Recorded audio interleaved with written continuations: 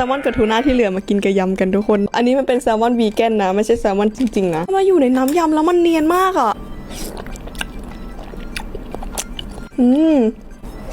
อร่อยนะเนี่ยมันมีกลิ่นเหลือแบบน้อยมากๆเลยแปลกนะพอกินเปล่าๆอ่ะทูน่าอร่อยกว่าใช่ไหมแต่พอมาทำยำแซลมอนอร่อยกว่าได้ไข่แดงมาตั้งลูกหนึ่ง